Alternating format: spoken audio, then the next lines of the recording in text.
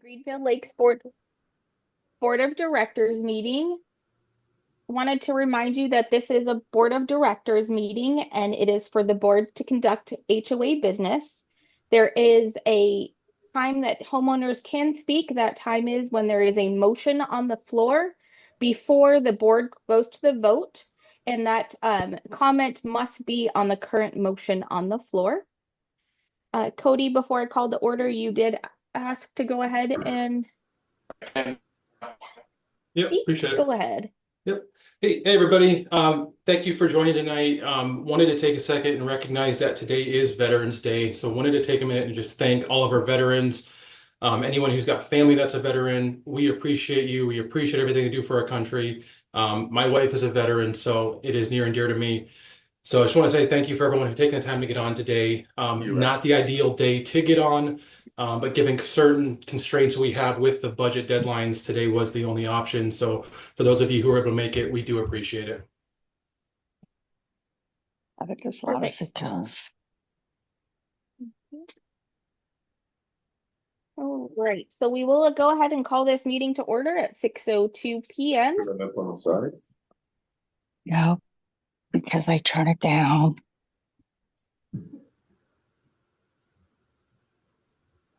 Brooke, it sounds like someone may or may not be muted. Yep, I'm going through right now and making sure. I have to scroll a little. Okay, it looks like we do have everybody but board muted. Okay, so we do have quorum of the board. We're going to go a little bit out of order.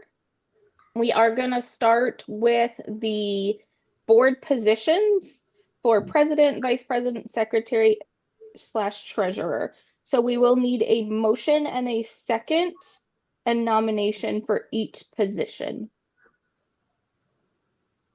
Board? Okay. Yeah, I'll motion to have a conversation. Okay. No. I'll second it. Okay, thank you. Moving forward, we do have the first seat as president, so I will need a motion, an appointment, and then a motion second. I'm going to motion Cody for the president. I second that. Okay. Thank you, Alex. Cody, do you accept? Yes. Okay. There is a motion and a second on the floor for Cody as president. Is there any board discussion?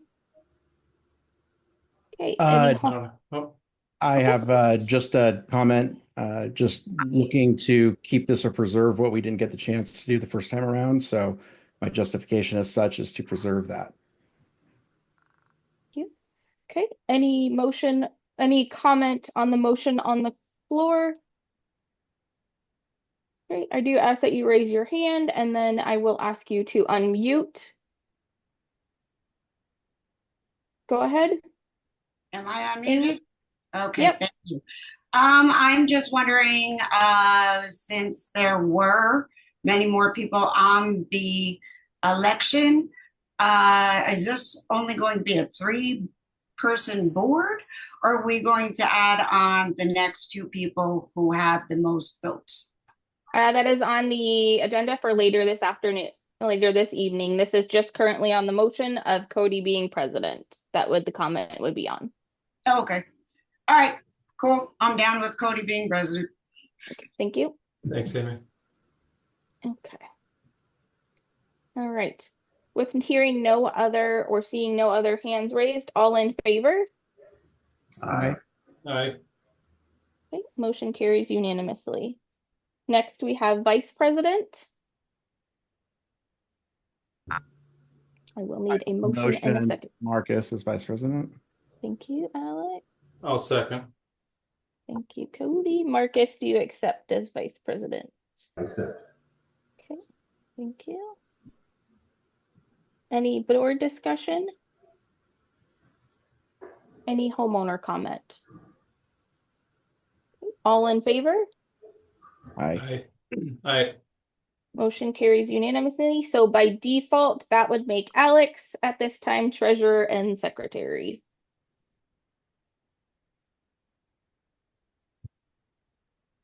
You guys will need a motion. We don't need, actually, you won't because it's default. By default. So, You can't say no, man. sorry. I did say I want to preserve it. Perfect. So then moving on to back to the agenda, we have the approval of the August 27th minutes. I will need a motion and a second to move forward when you are ready.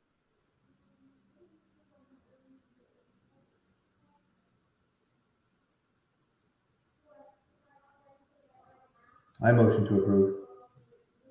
I'll Thank you, second. Marcus. Thank you, Cody. Any discussion? Any homeowner comment on the current motion of accepting the minutes? And I do actually see a typo. So I will make sure that that is fixed. There is an extra U and an 8 at the beginning of Greenfield. Also, this, let's see which man. Yep.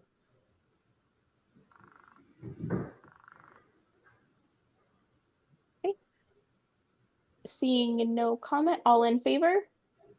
Aye. Aye. Okay. Motion carries unanimously. We did go ahead and include the financials in your meeting packet.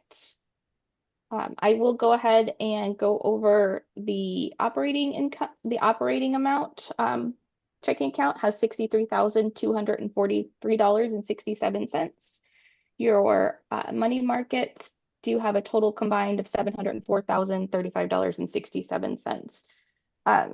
We did not receive any questions that on the current as of September 30th. Was there any specific questions that the board had? Nothing specific from me. Nope. Okay. Nope. Okay. The financials were posted to the homeowner portal as well about 4 weeks ago, and they're open to all homeowners on their homeowner portal. So I would just need a motion to accept the financials subject to audit at the end of the year. Motion. Thank you, Cody. I'm sorry, I missed who seconded. That's me, Alex. Okay, sorry, Alex. I looked down and didn't see the microphone go. Okay. Any board discussion? No discussion, but are you able to zoom in just a little bit on that, Brooke, without it cutting anything off the screen? If it's not, don't worry about it, but oh, there you go. Sometimes Make it I easier for everyone to read. Okay. Appreciate it. Yeah. No board discussion, any homeowner question, not question, but comment on the motion? Okay, seeing no hands raised, all in favor? Aye. All right. Motion carries unanimously. All right, going back up to the agenda. We are now at board resignation. Board, I will turn this over to you. Awesome. We have to, I'm sorry, I need a motion to discuss it, right, Brooke? You don't have to motion to discuss, it's just a Okay. discussion point. Perfect. Okay. All right. So as many of you probably know, we had the re-election a couple weeks ago. We sent out an email shortly after we received notices from both Jill and Patrice that they were going to resign from the board. We wish them all the best. So what we're going to do right now is the board has decided it wants to take a minute to really review and discuss all the options at hand, review them, weigh them, so we can make a true educated decision. Given tonight, we have to get the budget done. It's going to take the bulk of the time. And when you have some other questions we need to have answered, we're going to postpone making a decision tonight, do our homework, and come back with a decision in the next meeting. Is what I'd like to do.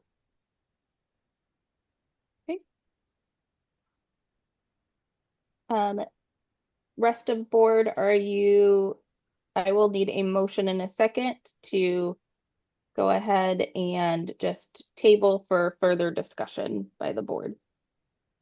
I motion for that. Okay, Marcus. I'll need a second. Yeah, I'll second. Thank you. Any board discussion on tabling the motion for further clarification on the CCNRs and bylaws and things like that? I mean, I guess that's what it really comes down to, right? It's just making sure that everything is done the right way, everything's done with white gloves to make sure there's no stone left unturned. It's just affording us a little bit more time to make sure there's no mistakes made. That is correct. Okay. Any homeowner comment on the current motion? Yes, so when the board actually determines that, will there be another meeting with homeowners so that the homeowners are aware of who's going to be on that board and have a say? So all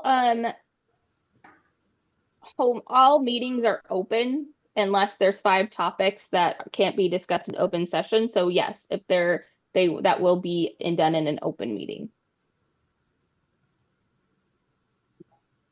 And Brooke, I'd like to be other. It's not on the thing, but we'd like to have a meeting next month in December. So Yep, everyone I knows. have you guys down for a Perfect. December meeting. Okay.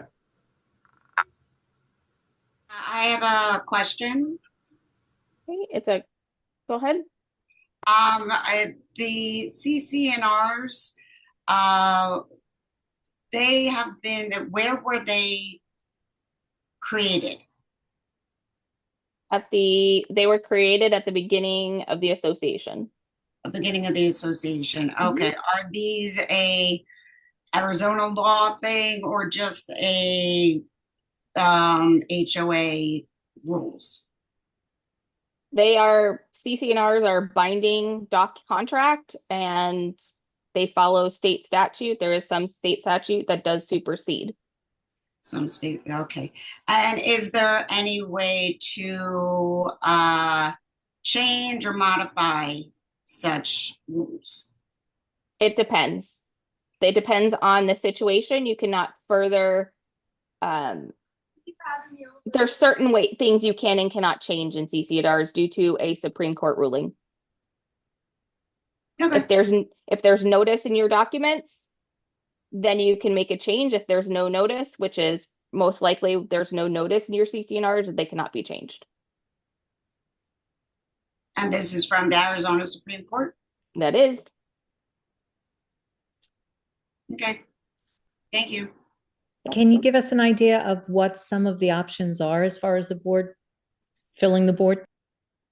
I would have to read the documents and see. I mean, it depends. The board can move forward with appointing 2 people to the next, but I don't want to speak to it because I haven't read all the documents. Yeah, I think the best answer there is, as far as I can tell personally, there are multiple options, but one of the things I want to do is I personally want to understand all the options, and I don't know just exactly what they all are yet.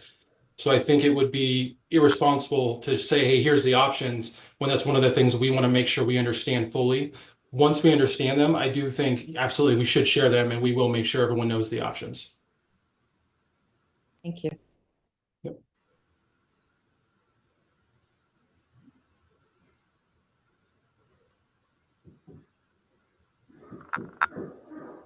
So no other questions? All in favor? Aye. All right. Right. Okay, motion carries unanimously. Thank you.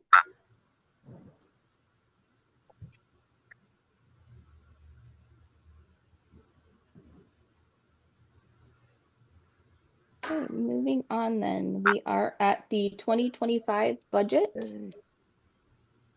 I will go ahead and turn this over to Harmon to review the budget. Okay, they're going to make me the Shows you co-host, but I will make you host. make me the host. Okay, I'm going to put my draft budget. Okay, a little bit of a discussion or the way we approach budgets. If you've seen this before in the last couple of years, we go down the same process. We look at the operational budget, expenses first, and then we look at your reserve study, and we carry the reserve study asset list, the replacement cost, the life of that asset and then the remaining life.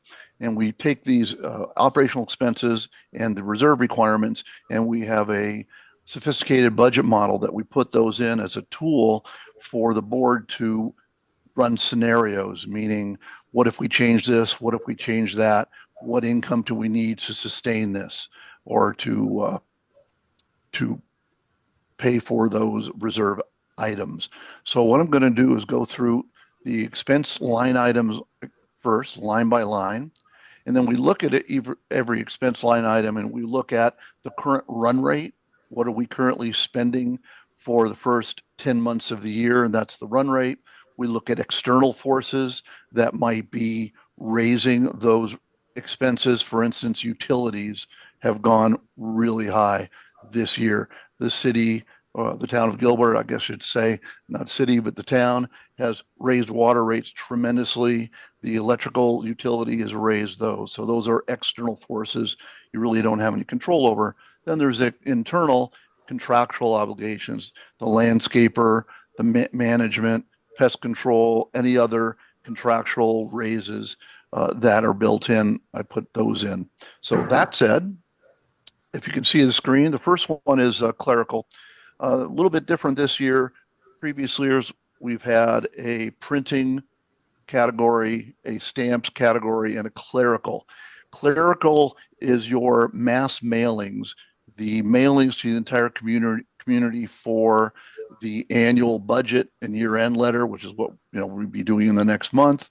For the voting and the annual meeting, those are mass mailings. Any other mass mailings that the board would want to do.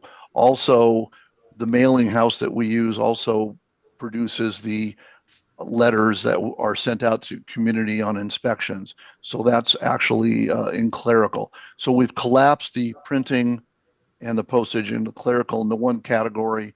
And this is actually your run rate of $733 per year. The coupons and statements, by Arizona law, the board knows at least that you have to mail the coupons and statements. It's the Full Employment of the Printing House Act, we sarcastically call it. There is a way to reduce that if homeowners fill out a form that we have. I'll give you a reminder of that. You actually have to waive your right to the law. So it's not as simple as send me email statements instead of printed statements. You actually have to waive your right to the law. It's a signature form that we have to have.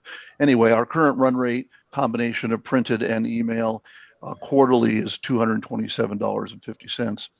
Legal fees, this is a big unknown. We've had very high legal fees this year. In a normal year, your legal fees would not be very high. So this is a budget item that the board should weigh in on.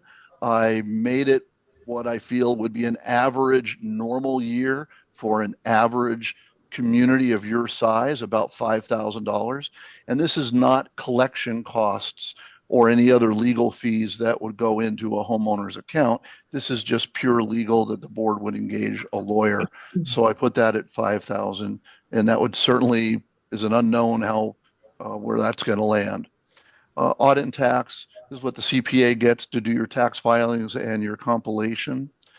Landscape maintenance is your contractual obligation to the landscaper. Management services, again, contractual obligation to Focus Management for management services. Pest control is our contract with the pest control. Miscellaneous repair, I call it break fix. You put a budget in based upon run rates and best guess. We have a budget if something breaks to fix it. If we don't use it, the money stays in the bank. If we go a little higher, because something breaks, you have to fix it. Then we adjust the budget going forward accordingly. Tree pruning is run rate. That's about what we spent this year. Tree removal is a little under what we spent in typical years, but we have done, or the board has done, previous board has been a tree removal to get rid of the older and overgrown trees that were safety issues. So there's always a little bit of tree, but that's on the small side. Landscape other is your catch-all of everything else. So this is where fertilization comes in, any weed control comes in, any additional plants that are not a reserve but replace dead plants, landscape other, overseed would be in this area also. Irrigation repair is very high for you, for this community. And that's break fix. That's our current run rate of break fix irrigation. So it's a very large number, but that's our current run rate for the 10 months of this year, with no increase, just the run rate. Playground, we have quarterly inspections. That's where you see quarterly, it bumps up a little by $400. And then the $150 is break fix for the playgrounds, for the tot lots. Reserve contribution we'll come back to. That's the variable that we use depending on the expenses and income. The output of that, or the net profit, if you want to call it that, is reserve contribution to make it a zero budget. Electric's your current run rate for the year, electrical usage, and then SRP raised it by 3.8% for next year. Water is actually, you're not, I forgot, sorry. Yeah, our water is our current water contractual obligation to the golf course to pay for the water quarterly. So that's budgeted in. That did go up this year. Insurance is a huge expense for HOAs, and your insurance went up significantly last year. We're seeing all HOA insurance going up between 10 and 20%. I put in on the low side conservatively a 10% increase given your current run rate or current expense of insurance. Property tax. HOAs typically don't pay property tax, but you're in a water district that has a water payment out of property tax. So that's what that $3,500 is really in property tax goes to, the water district payment. State of Arizona gets $50 flat for income. Last year, you didn't pay federal income tax, but you do pay federal income tax on passive gains depending on the level of those. So there might be some federal. We don't anticipate it if it stays for what was this year. And miscellaneous is exactly that. It's the catch-all of a little bit of money if it doesn't fit in the other categories. So that brings our total expenses, and you can see I just zeroed that out. So board, are there any questions about our expense line items at this point? Just go ahead, Cody. I have a couple, but I'll let you guys go first if you'd like. Okay. You know, I have a verification question for you. Sorry. That's all right. Did you say that the average increase across the board from all of those communities was 30%? Is that what you said? In what line item? No, sorry, in insurance. No, 10 to 20. 10 to 20. Okay. So I bumped ours up 10. Got it. Okay. Any other board questions on the expense line items? We'll revisit these again, but go ahead. My other question on the irrigation, 84,200. We scratched the surface on these numbers. That's a run rate. That's what we've averaged over the past 12 months is $3,400 a month. Right. It certainly is. On top of the water, on top of everything else, we're paying an extra $3,400. Yeah, just give me a second. I'll pull up a financial. So what does that mean? Is that so for we haven't fully closed October yet, but October P&L has irrigation repair. Year to date, irrigation repair is $39,577. So what is that? What are they just old sprinkler heads, or what? I guess what is that 39,000? Many invoices of repairing. So it's all the drip system, it's the valves, it's all the sprinkler heads. We'd have to really talk with the landscaper on an extensive basis, or have a discussion with the landscaper to say, what do you see in the landscaping and why are they so high? But we have historically had high, but it was higher this year. I think that's a good idea. We'll sit down with the landscaper and really pull that apart, because obviously that's above and beyond what we're already paying for water. So it's a little bit of a question mark. So we need to definitely figure it out. Yeah. To give you a kind of a where we were a year ago, when we did this a year ago, budgeting for 2024, we budgeted 18,000 for irrigation repair, and we've blown that out. So we're at 39,500. So that's why it took, kind of the run rate. I did look to see if there are any outliers, really big ones at some major large valve that maybe that's, not a normal just irrigation repair. We could bring that in. So even a run rate of 39,000. And is there I'm putting at 41 is kind of a little bit less than run rate. Yes, go ahead. So Harmon, are these the actual numbers each month? 'Cause they're all the same. So I'm assuming that's just averaged out, right? They should Yeah, up and they're down, out. right, ebb and No, flow. yeah. In the utilities, we know, we can predict the seasonality of electric. So we take the electric and we bump that up the rate. But for things like, repairing, there's no real seasonality. So we take the annual number and straight line it across the months. Right. So the reason I asked is two questions. One, can you get us a report that actually shows the actuals? And the reason I'm asking that is I would be highly not suspicious.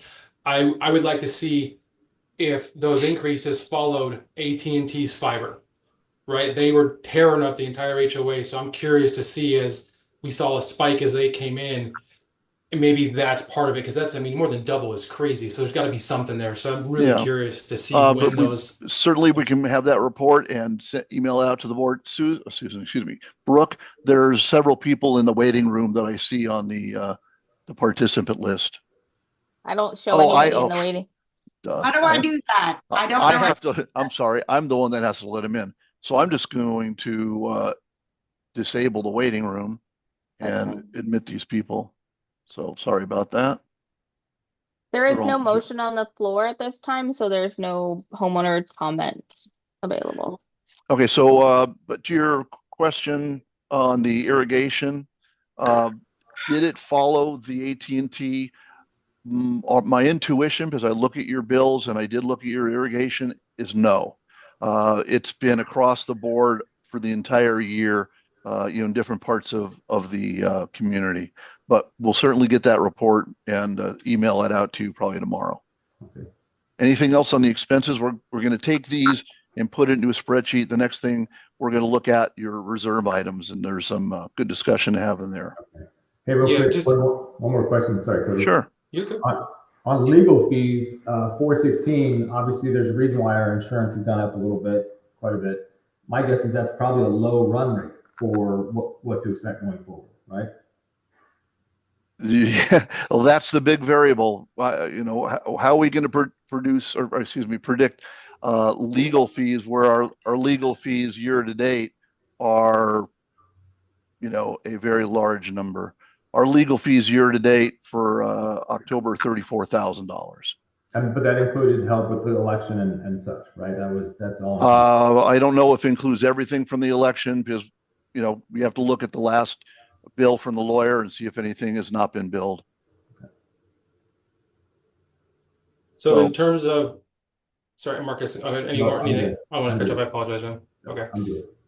All right. So Harmon, a couple questions. So the contracted items, right? Landscape, you guys, pest control. Have we got notices of any increases coming next year? The landscape has a small increase in it, correct? And the management has a contractual increase of 2.3% No. in it. Pest control has a small increase. Landscape pest control. Does not. Oh, okay. I apologize. So that is the current landscape? Yeah. Okay. And pest control had the small increase? Yes. All right. Thank you.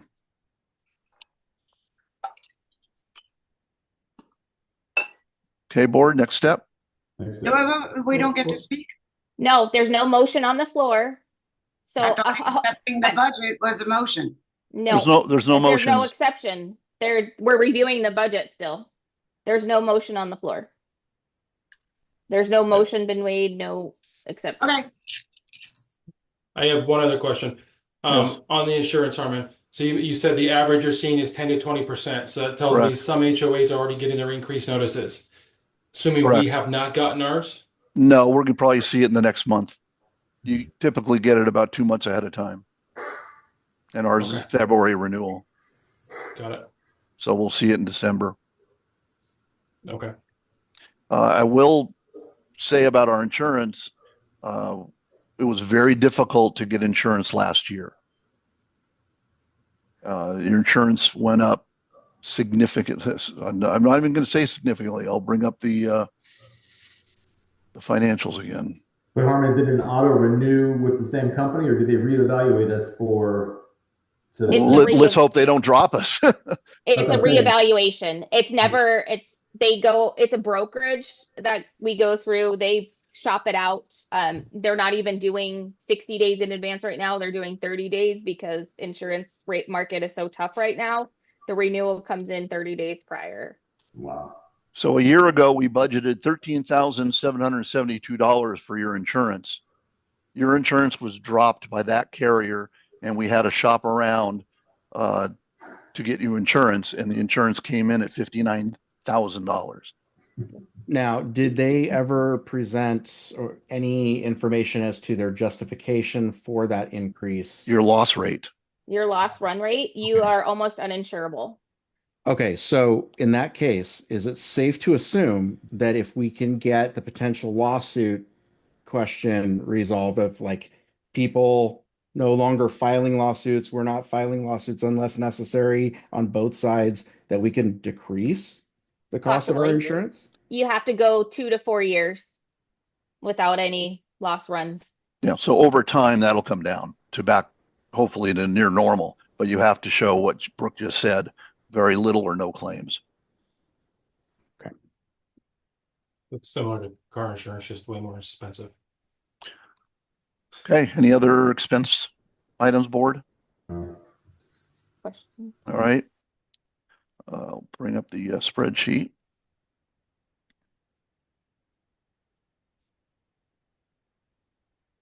You're still sharing. Yeah, I'm trying to change my share. Okay, so this is the expenses that we just went through. So not that I expect you to be able to read this, but I just want to show you we took those expenses and we put it in this model. The next thing we look at is your reserve assets. So let me see if we can make sure you can read this. All right, are you able to read that on the screen? Yes. You need it a little bigger. I can see it. You see it? Yeah. Okay, so this is a complete list of all your assets or capital items that are reserved. And this is from your reserve study that you did in 2021. So we continue those numbers and those items going forward every year. We increase the current value by CPI or inflation rate of each item, and then we adjust the years if those were worked on or replaced. But there are a few that are out of the scope of the reserve study that was done in 2021 and was worked on by a previous board last year. And I'll just say it's all about walls. You can go down and see, pet stations and play structures have, this is what play structures cost. That might be on the low side given the last couple of years. Painting and your metal view fencing, benches, dry wells, granite, all those things are in the reserve study. You can see one example here of granite. You did granite a couple of years ago. So here's the expense of granite, several hundred thousands of dollars, a 15-year life, and in 13 years, you're saving up to redo it again. Block walls and paint. Block walls and paint are similar. Zero means this year, so we have money to paint the block walls. The big number is this number. It's the block wall repair. We don't know what that is. We don't know, because of the current discussions and legal issues that have been talked about for months, where is that going to fall? You certainly have a lot of walls that need repairing. Is it going to be 100% HOA expense, or is it going to be sharing with the homeowner? We don't know. We don't know how to budget that. So I use the number that was from last year's budget, given that's at least a starting point. We can do scenarios with you, board, and you can say, let's lower it, let's raise it, and let's see how it affects our overall budget cash flow. But I wanted to show you these numbers. Everything in red is a variable. So the years and all the amounts are variables that we can play with. So all these numbers and our expense numbers feed into this main page. It's a lot of numbers, I know, but you're going to see the output here in a second. So the red are variables. It gives us what we can change. Our current assessments are 160 a quarter. We have 785. This is a key number right here that I'm highlighting, the 785,000. That's our starting cash. So that gives us the starting point. We're estimating that in cash on December 31st, 24 to start. We put 45 days of expenses in the checking account. That's what the 60,000 is. We estimate inflation right now at 2.5%, and your return on investment is 3.5%. So that's what these numbers are down here. All this comes down to this bar chart. So this bar chart is a 10-year cash flow bar chart with 4 bars per year. So it gives you the blue bar. The first one is their contribution to reserves. The red is your expenditures from reserves. The green is your actual reserves, and your purple is your theoretical full-time or full funding. So that's if you're 100% reserved, you hit the purple. To be very simplistic, you want the green bar near the purple bar. About 80% is considered good in the real estate and HOA world. 70% is like a C, like in school. D is not good, 60%. Under 50 is not considered very good at all. Some mortgage lenders will start looking at that. And of course, investors and homeowners want to see where you're reserved at. So you can see the big line is a huge number, $719,000 for next year, comprised of mostly walls. So where that falls depends. So we take all those expenses, all the requirements of reserves for money being put away, and you have the lever, if you will, of income. How much should the assessments be? So right now, I had a starting point of a 10% increase to $176 a quarter. Just to show you what happens if we go to zero increase, keep it at 160, and then inflation going forward, the numbers go negative real quick. You see the green line is negative. So if you put it at 10%, it starts to climb. You can see in 10 years, you're getting in the good zone. So it's a plan. Just to be overly pushing to show what the numbers do, you put it to 20%, you have too much money. So 10% is a good starting point of a scenario for you, and I can adjust it as you like. Okay, thank you very much for your attention. It's a lot of numbers, it's a lot of information. Board, the three of you, if you want to ask me questions or say you want to see what a different scenario looks like in different expense or in different asset life or in different assessment increases, that's what I'm here to do for you, so you can make a decision. Cool. I am curious. So we have budgeted, what is it, 417K, is it, for our right here? Yes, for our block repairs. How much have we increased in reserves in total from last year to this year, considering that we had a lot of stuff that we put on hold?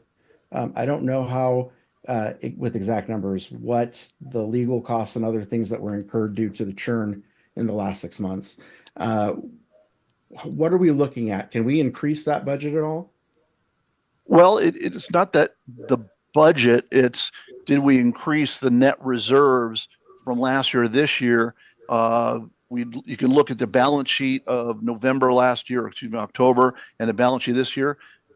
They have gone up because your expenses that you hit in the legal were hit in operational. So if you just look at the P&L, let me pull that up. I can show you. So actually, let me look at something else.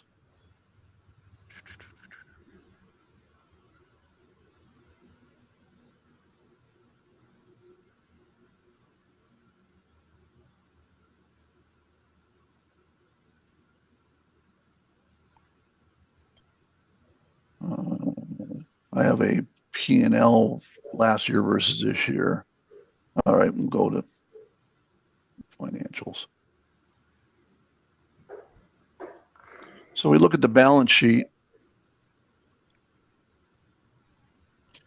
The balance sheet today, or end of October, is $718,000 in reserve. So remember 718.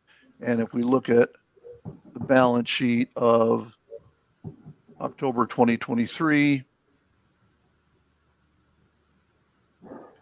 it was 628,000. So we've increased our reserves from 628,000 to 718,000.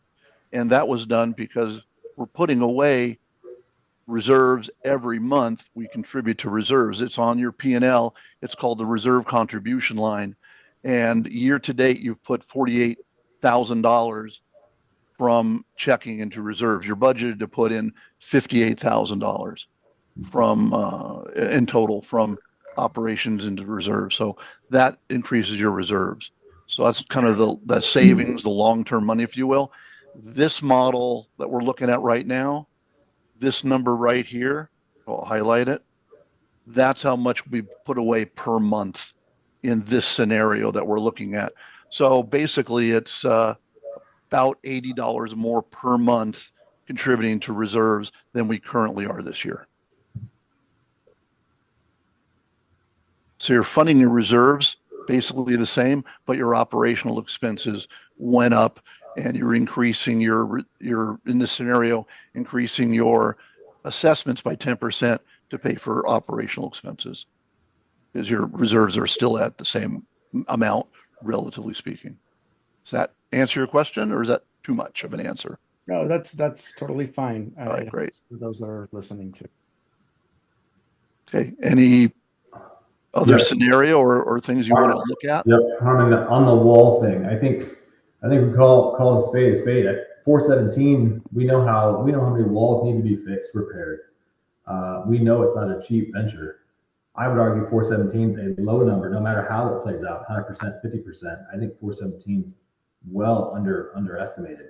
If you bump that up a little bit, a couple 100,000, can we look at the numbers then? Sure.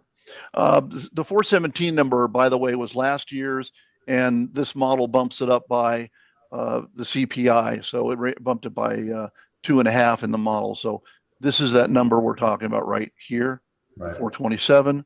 So you want to take it to 600 and see what happens? Sure. Yeah. Okay. Okay, there's 600. Now I'm going to go back to the other tab. The bars will change in real time, but you'll see them change. It's kind of interesting when it does that there. So if there's 600,000, you're negative for the next 4 years in contributions, or in reserves. And that's with a 10% increase in dues. That's correct. That's with a 10% increase. So if you're at 600,000 and you increase 20%, you get over the hump, and then you have too much money in year 7, 8, 9, and 10. But year 2, 3, you're in year 1 and 2, you can't afford it. What's the consequence of not having enough reserves? You were talking about lending and whatnot, but is there insurance consequence from having reserves? Does our insurance continue to go up? Do they not approve us? What are the other issues for not having enough reserves? Okay, I'm having a hard time understanding. I think your question was, go ahead, Brooke. I got it. No, so insurance is not, your reserve amount doesn't play into insurance. It mostly plays into your owners being able to take mortgages out, buyers, things like that. Well, so I am a lender by trade. Yeah. And being that this is not a condo community, it's pretty rare that we look into the financials of a PUD, planned urban development, right? So it's pretty rare. It can come up, but it's not something that generally comes up in our approval process. So I've had it a lot where they've asked for the budgets and looked at the reserves, and some communities haven't been reserved, and they say, nope, we won't lend. It's certainly a much bigger issue in condominiums than a PUD. Yeah. So if we took it to 600, as you noted, you adjust other things. If we're going to fix that many walls, do we spend 110,000 on painting? Because that's down here also. Or to say, okay, what else do we have to do this year? Here's all a bunch of zeros. Do we do the metal fencing this year? This is where you can say, let's push it out next year. For instance, let's put this, it got 600,000, but what if you did it in 2 years? I'm not saying so. I'm just giving you a scenario. You see how the bars move significantly in year 1 and 2, and you're building up your reserves so you can afford it in year 3. So that's a 20% increase though, Harmon. Can you bump that down to 10? I'm sorry, say that again. Can you bump the due increase from 20% to 10? Because that model you just do I still have it at 20? Oh yeah, I do. Yeah. Sorry.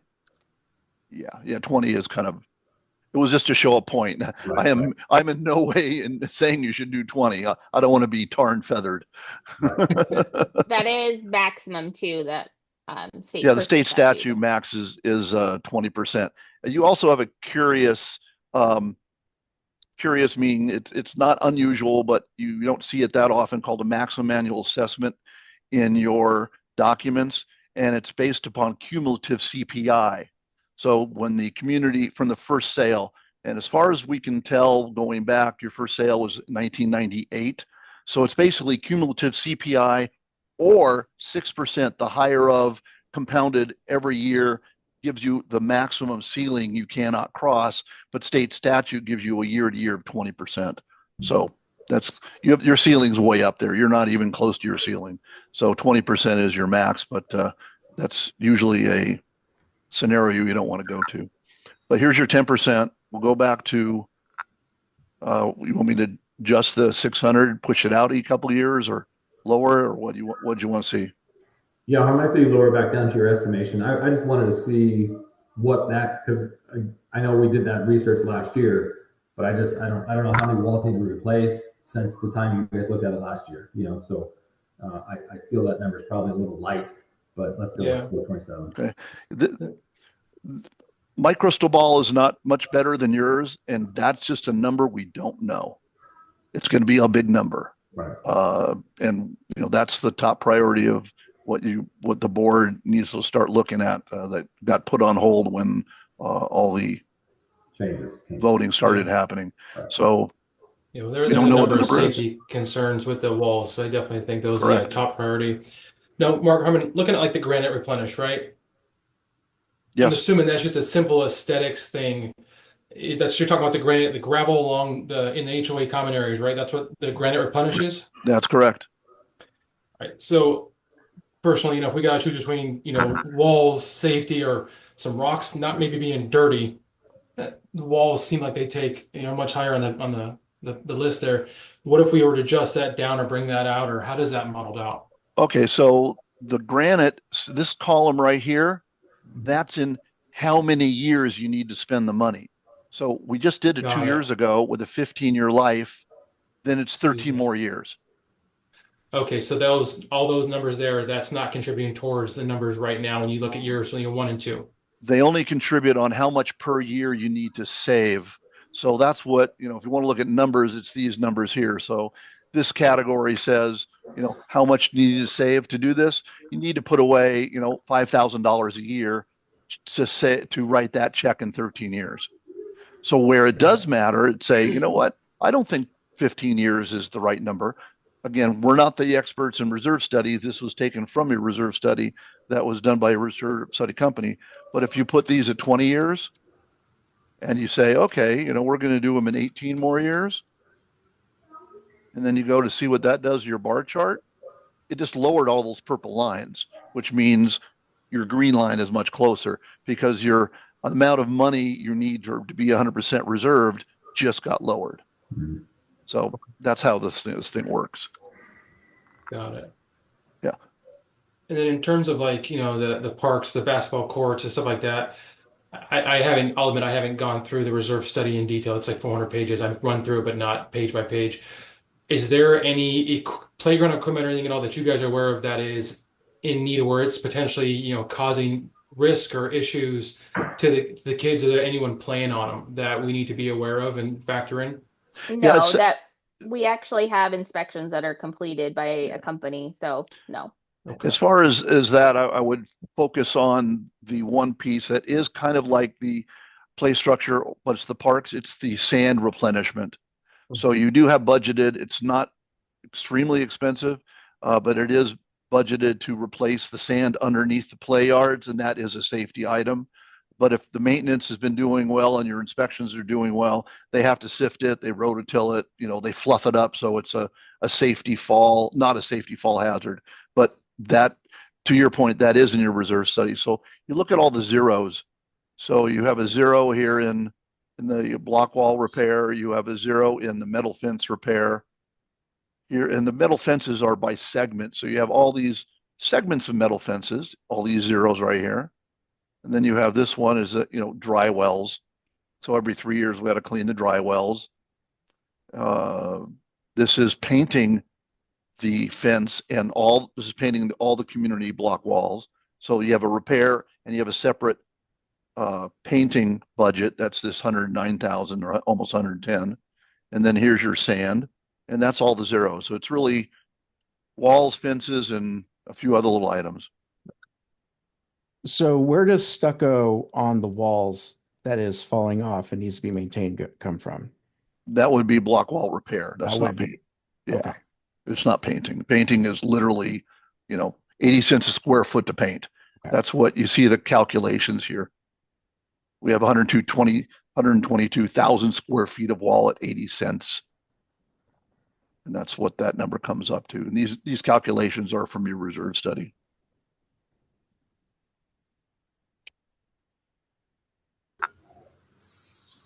So at this scenario, I gave you a starting point at 10%. It's the ball's in your court, board, what you want to do as far as raising it. Now, let me point out one more thing. So we do have an inflation rate of 2.5% in this model, in this scenario. This area right here that I'm highlighting in gray is the next 10 years. So year 1, year 2, year 3, as you see up here.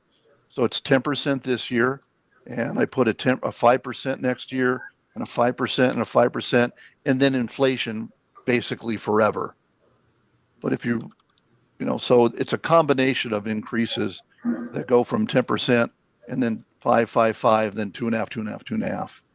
So these are kind of futures. You need to raise it more than 10 eventually, but doing it over time is usually a much more attainable or acceptable way of doing it. So 5, 5, and 5. We put these back to inflation. You can see what happens with the numbers. Even at 10% and then back in inflation, long term, your numbers go way down. So I just wanted you to point that out. Now, that I messed that up, didn't I?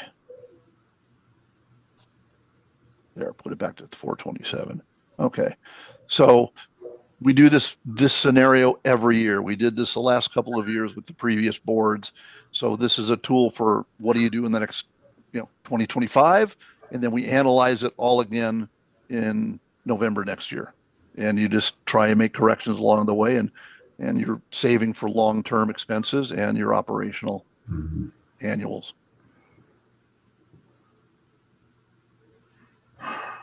Harmon, is this a document that we can plug and play with on our own and then talk we later? need a budget approved by the 15th, by Friday.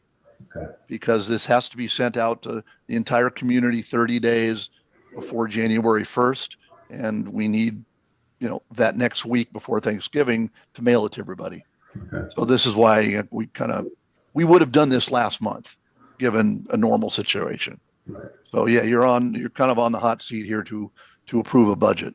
Okay. Board, is that something that you guys want to do? Is take the sheet, kind of play with it, and then how do we communicate after we convene here, Harmon? Like, how do we? You have to do this in an open board meeting. That's why it's tonight. If you want to individually research and look at it, and then we call another open board meeting, technically you can do that, but I don't think we have any slots unless you want to do it during the day. So I don't basically, even right now, have daytime.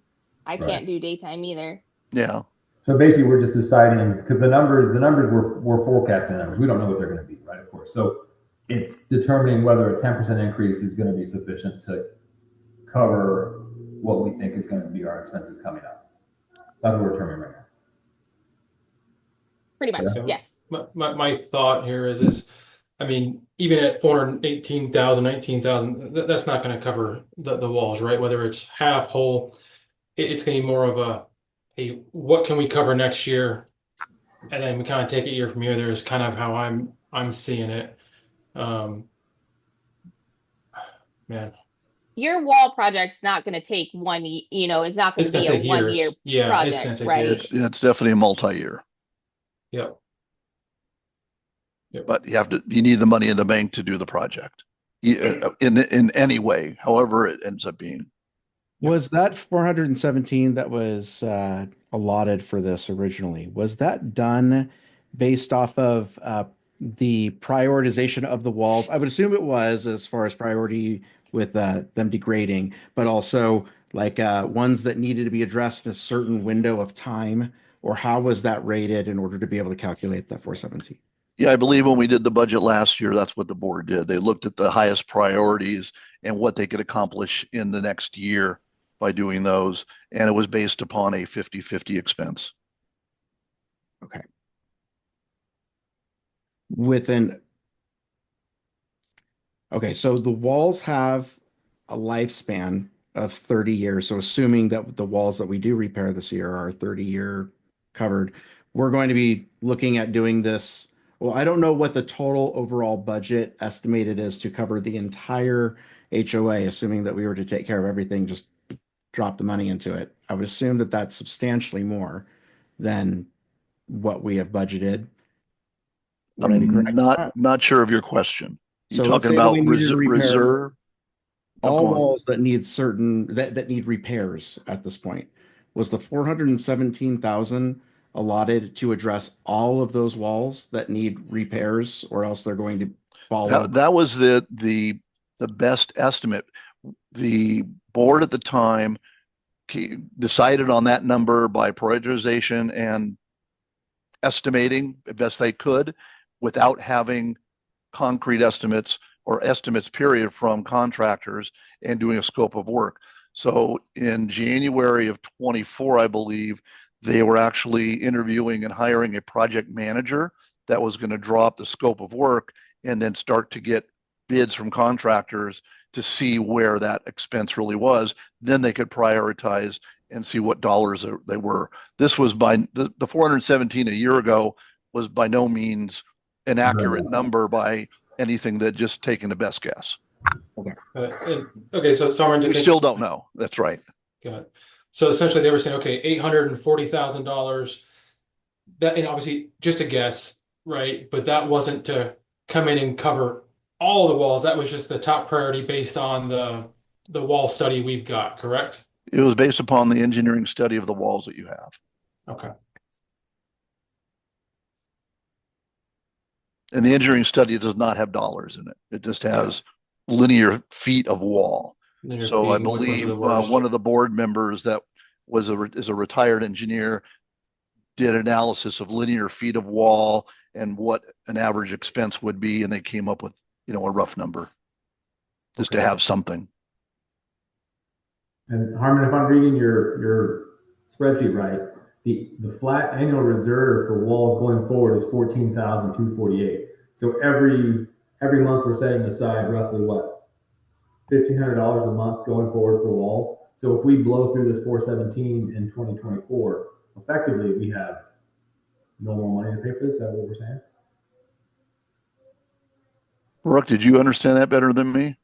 Yes. Sorry. So he's saying basically if you're putting about $15,000 a month into reserves towards the. No, we're putting about $4,900. 49. $4,900 a month, or 60,000 for the year in round numbers. But for walls, we're putting how much in going forward? If we use the 417, how much are we putting aside for future projects for walls in 2026? Okay, so if you're putting you the way to look at it is you have, how much money do you have now, in reserves? You have 785 minus 60. It kind of goes back to our beginning. How much starting cash are you going to have in reserves at the beginning? And then if you spend 400, 500, 600,000, it's depleting your overall reserves. And then all these other little items want a share of that. So you build that back up over time. Mhm. So there's not a simple answer to what you're asking. That's why there's all these numbers. It's complicated. Right. All these numbers contribute to the summation of your reserve requirements. Is it possible? Do we have access to this budgeting spreadsheet to be able to? No, you don't. But through me, you do. Yeah, this is something we don't give out. I can give you PDFs of it, screenshots. You can look at it, but you can't. Scenario wise, I'd be glad to do one-on-one on the phone with you. Gotcha. It's a trade secret, essentially. Yeah, I've spent years building this thing. Cool. Okay. Yeah, I'm an engineer that does accounting. I get it. Yeah. And Harmon, so just to confirm, right? If we did no increase, but we were to go through and we know we're going to spend $427,000 next year on walls, we're going to be in the red, correct? Yep. All right. If you do no increase this year, and I still have a 5%, and I'll put it back to inflation. So you'll be able to spend the money on the walls, but you'll be negative going forward. You see all the negative greens. Okay. This is the 10-year. This is the 30-year version. But if we can't get the 10-year to work, it doesn't even. Who cares what the 30-year version looks like, right? So there's a 30-year below it. So at a minimum, if you wanted to say starting of nothing, you ought to be in the mindset of inflation. If you just did everything in inflation, that's 2.5% currently. Actually, the inflation for Metro Phoenix is 2.3. So if you did 2.3, that's what it looks like if you did nothing else. So that's why we had this starting point of 10, because it's about what you could live with. That's where I made that starting point. If you did 5, that's what 5 does. You go negative in year 2. Again, we don't know what the wall expenditure is going to be. You can't do, you can do whatever you want. It's up to your decision. I can't say you can't do 0, but obviously you don't have enough money. Yeah, I just wanted to confirm that 0 puts us in the red, which it clearly does. And we can also, I am by no means an engineer, but 400 grand is not going to take care of the walls, whether it's half or whole. It ain't going to do it either. So just wanted to make sure I understood that. What are you guys thinking, Alex, Marcus? Yeah, I'm right there with you. I think we're underestimating the walls, we're underestimating the legal, we're underestimating irrigation. So yeah, I think it's necessary. Certainly don't want to go red. Yeah. So 10% is only $16. I don't want to minimize that, but it is $16. So it's not that bad. Yeah, money is money, right? But understandably, okay. So if we keep it at 10%, but we were to increase the budgeted amount for the walls for repairs by a tad, a little more than projected with inflation. What do we have? What was the total expense that you had listed in the? All right. So what number do you want me to put here? So put 500.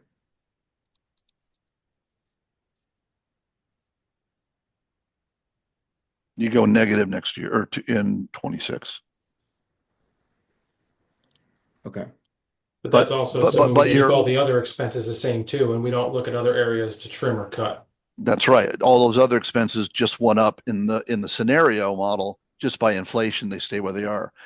But also you have year 2 to play, not to play with, but you can do year 1 barely. You can see the little green line. But if you did 10% in year 2, it still's negative. So it's cumulative interest is what's at play here. I'm trying to figure out and understand how we were able to get our reserves to where they are, even legal circumstances in the past, other things that we've incurred. Is there a strategy that they were using that is different than what you are proposing right now? Or has this been the status quo from a budgeting standpoint year over year? The budgeting, if you want to call it status quo, has been using the reserve study you did in 2021 and your expenses going forward adjusted every year. So there are significant things that have happened in the last 2 years, or even if you want to say back a little more than 2 years, and that's the walls have surfaced as a major issue, and you did the wall study, and then the board was saying, okay, we really got to up the wall. So in your reserve study, the walls are nowhere near this number. So you've been reserving and budgeting upon a reserve study that said your walls were a fraction of the number we're playing around with right now. Okay. And then your operational expenses went up. The reserve study did not anticipate inflation over 5 years being, 23, 25% either. So we had a inflation blip, and now we're back to going forward maybe normal. But your reserve study was done upon I believe, a 3% inflation going forward in 2021, with the walls being a fraction. So those are the two major things: expenses and walls, inflation and walls. And also, I'll point out, you haven't raised your assessments in a long time. I think I did a little thing here. What I did. That's your max. All right, so that doesn't show. So if you would indulge me for one moment.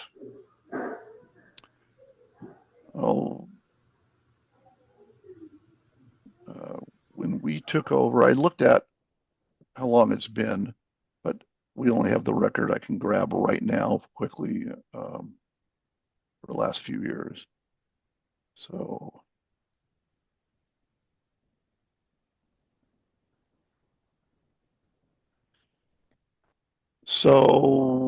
in 2021, when we started with you, you're at 152, and I believe you were at 152 for a while before that. And you were $152 up till the end of 2023. So you raised it by $8 in January 24. So you did do a bump in January, but previous, maybe anybody on the board that's lived here more than 4 or 5 years, what was it before that? 152 is the earliest that I recall, or the cheapest I've ever recall it being, and that was in 2017 when we moved in. Yeah, I think you went many years without raising it. I think Alex's question was trying to figure out, what did we do to get to the 417 we've got now? Was that 10 years of saving? Did it happen over a couple years? Just trying to understand that strategy. If it was 10 years of the saving, okay, that makes sense. They added, 20, 30 grand a year. Or was it just a spike? We were dumping 50, 60, 70,000 a year in there. No, you were accumulating over the years your reserves. Okay. And then the expenses went up radically in the last two. So you've been building up slowly. You were doing very well until walls and inflation hit. And insurance and everything else. Right. Okay. Okay, so the additional cost we are incurring right now unexpectedly, or the increase in the repairs with irrigation that we've got going on, have you accounted for those increases? Do we expect that going forward to continue to be the case? In what we're looking at, that those increases are in here. So in this expense, we're saying $41,000 in irrigation. So the operational expenses in this scenario model does not decrease. It's, you set it 1 year, this, for 2025, and it just increments by inflation every year. So if we said, hey, irrigation is going to be $3,000, $3,600, $36,000, or even I could change and make a point less, but yes, if you can save money here, going forward just saves money all over. Okay. Yeah, well, there's I don't have a provision for saying, okay, our operational expense for irrigation is going to be this in 25, but it'll go down to 36,000 after that and lower and lower. What we've seen in the many years we've been doing this, irrigation systems age. So unless you're going to put a whole new system in and then the aging starts over, this is going to continue to increase, or maybe it doesn't. But irrigation system gets aging. So Cody, just to answer your question of how the reserves got to where they were, if you look at the reserve study, I just pulled it up. The block wall repair that they budgeted for in the reserve study from 21 was only $20,000, $20,600. So that is why, because in the time between this reserve study and now, the issues with the walls have come out and surfaced. So that's why those wall repairs aren't budgeted for or accounted for basically in the reserve study, because they weren't, when they did this reserve study, those issues weren't present. Okay. That's helpful. I appreciate it. Mm-hmm.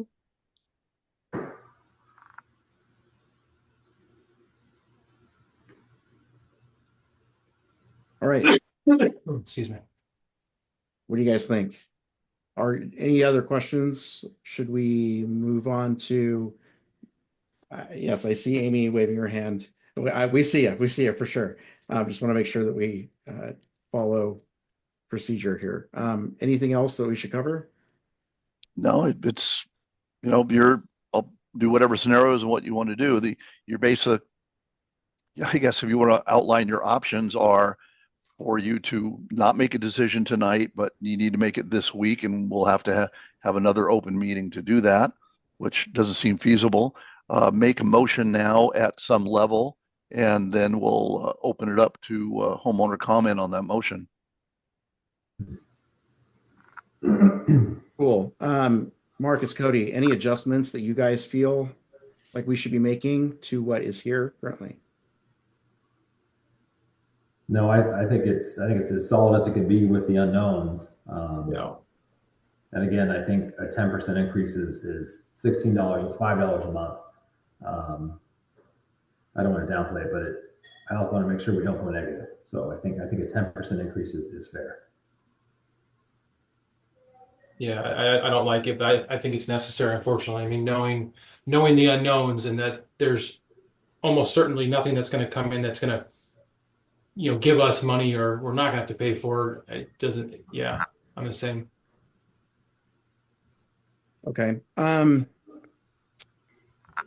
think considering obviously the unknowns, that there is a wild possibility that maybe we are over budgeting for stuff and we come in under. And if we come in under, we can then adjust in the following year to position that money into whatever else we need, obviously. I don't feel comfortable changing any of these numbers right now, given the circumstances that I've gone around the neighborhood myself many times and seen the state of the walls, and that obviously being the biggest concern and the primary subject of this budget here. I say that at the very least that we keep it for the projected 2025 budget expense. So yeah, I think I'm good with it. So then we would go now to homeowners. Yes? No, you need to make a motion. Okay, so I'll motion. Motion for a 10% increase, is that right? For a 10% increase. I'll second it. Yeah. Okay, any more board discussion? Not for me. Okay, so the homeowner comment is on the motion of increasing to the assessment of 176. Perfect. Harmon, you have host, so you're gonna. Oh, that's right. I'm still the host. Okay, I'll just go from the top. Amy had her hand up first. Yeah, the top of my list is it Homeowners? Yes. All right, I'm asking you to unmute. Okay, thank you so much for unmuting. I have no problem with what is it, $16? I think that makes sense. And it will really reduce the lawyer outcome. If we're fixing the walls, nobody's going to be suing anybody. That's one thing. There you go. Number two, I've been looking at other HOA management companies. $4,000 a month about is quite high, especially when you have to hire an outside accountant according to your sheet right here. And if we got rid of, you had lots of time. If we got rid of our non-desert plants, why would we need irrigation? Get rid of that. Out of respect, the motion was about the increase and the increase only. Oh, that this is about the increase. All this goes along with the increase. This is how money is spent, correct? No, it's a comment on the 176. So Yeah, I think changing landscape and stuff, Amy, would be a different topic. It's not okay. I'm sorry. I thought it was part of it, so I will. You're okay. I please forgive me, but yeah, there you go. I say it's fine for a little increase to stop the huge fighting within the neighborhood. That's the goal. Yes. With that being said, Amy, if you've got some suggestions in order to help reduce that budget, please send them. I sent them to you and Cody on Facebook Messenger right now. Okay. Amy, this is Harmon. Your comment, I just wanted to briefly touch on that we use an outside accountant. We do not. We do all your accounting in-house. And why are we?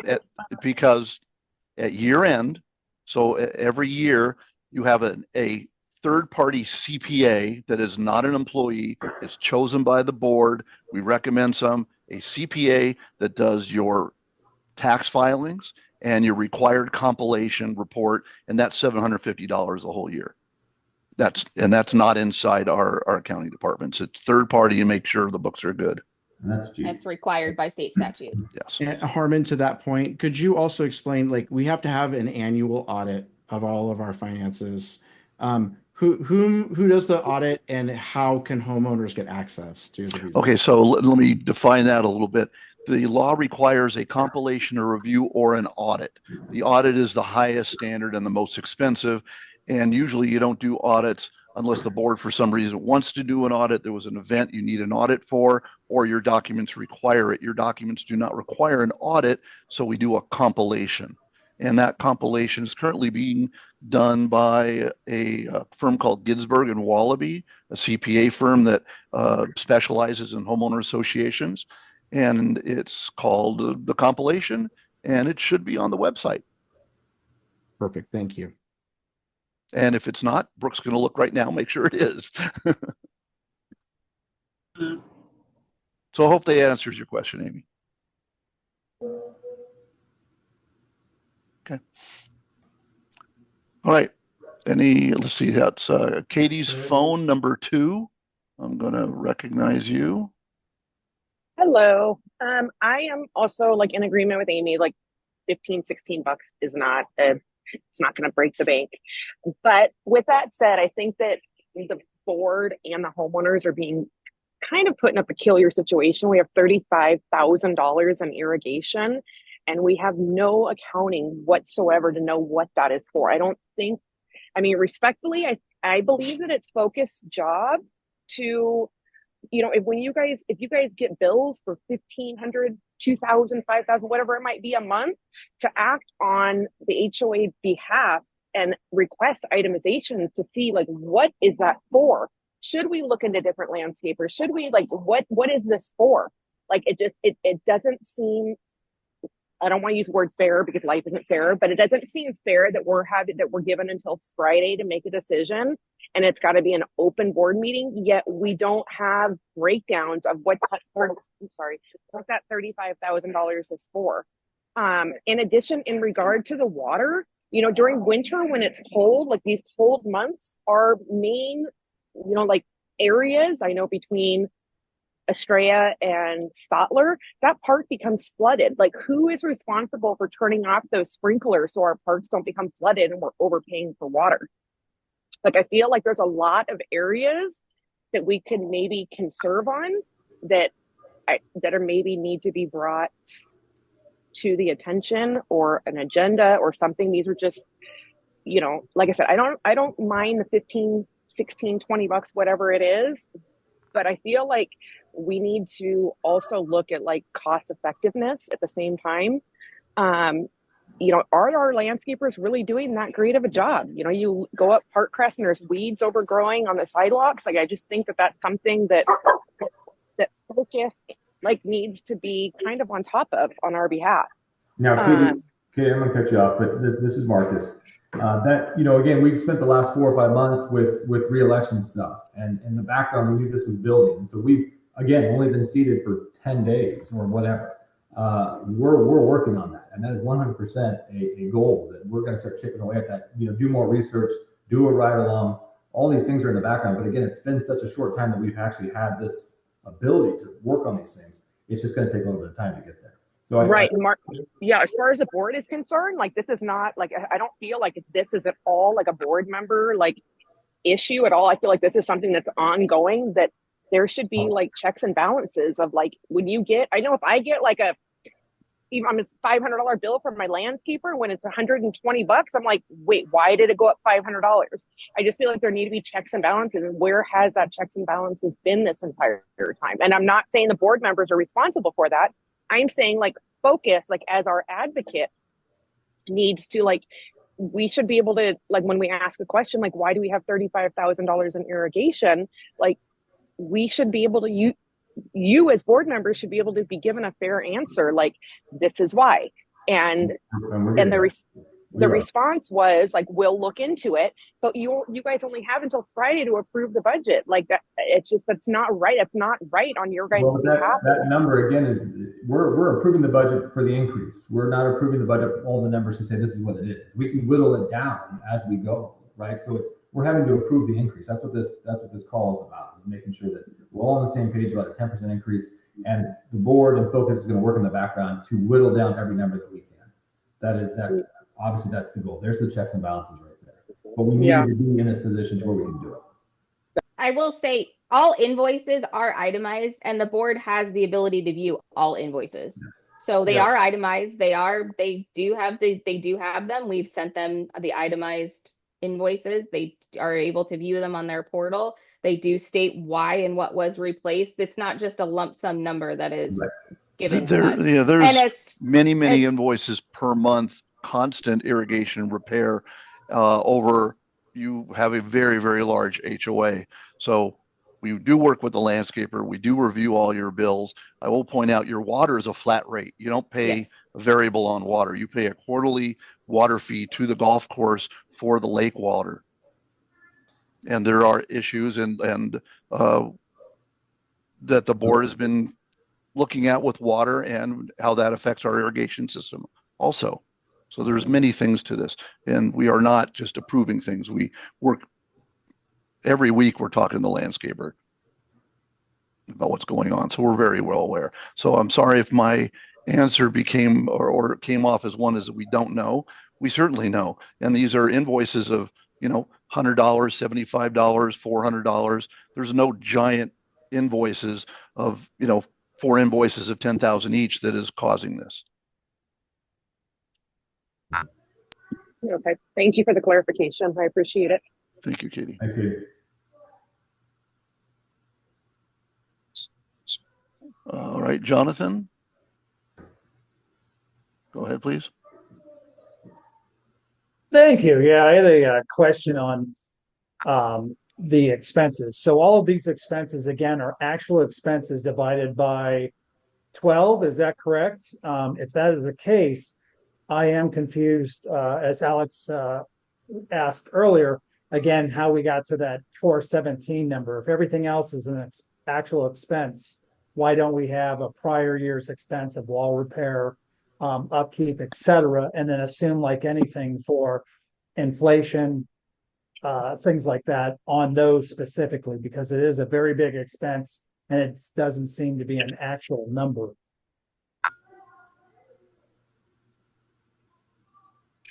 I'm not in, is that a question or a statement, sir?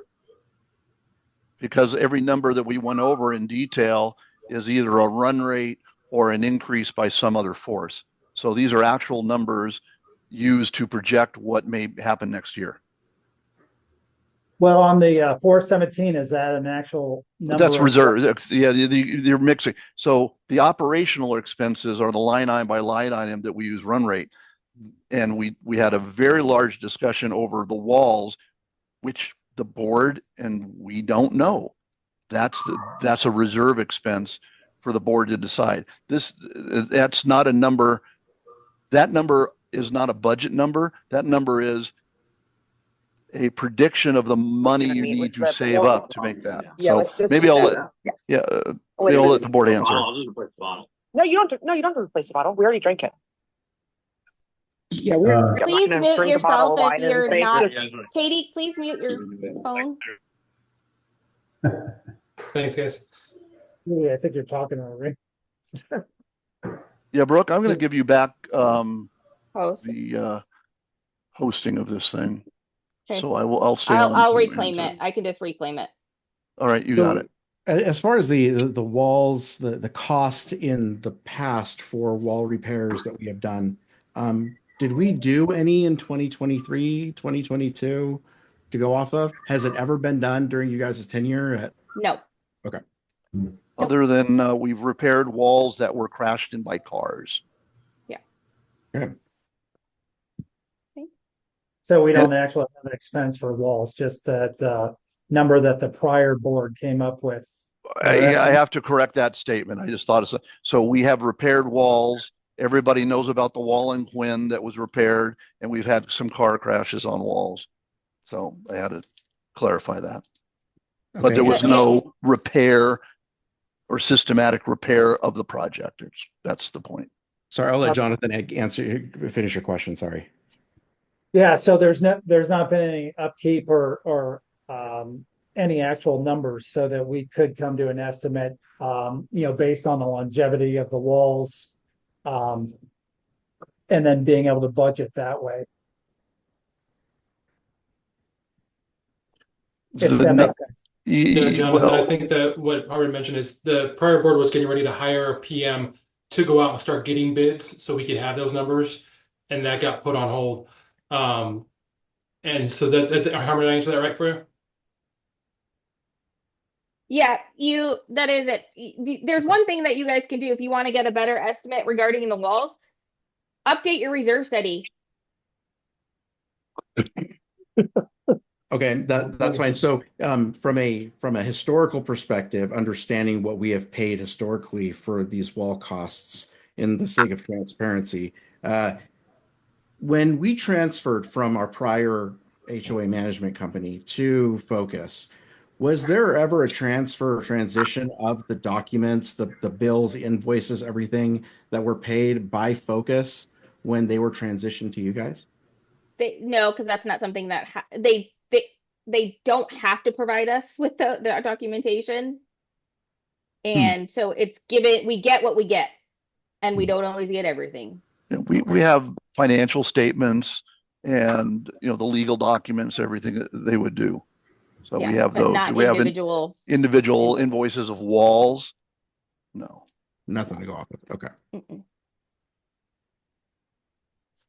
But I think your question, Jonathan, is we did discuss that earlier. Is where did that number come from, and is it a systematic? So there is a engineering study that was done of the walls about 2+ years ago. That is the basis of the wall repair, and the previous board used that study to do a very rough estimate of what they think they would need, just so have a budget number. And then, as Marcus or Alex pointed out, the process was that board was going to hire a project manager, scope of work, and go out and getting bids, and then they would know more of what is entailed. But there was a analysis done of the high priority walls that need to be done based off that engineering study. And drive around. There's walls with holes in them. There's walls that are leaning. There's walls that have been needing repair. So it's not of a straight line. Excuse me.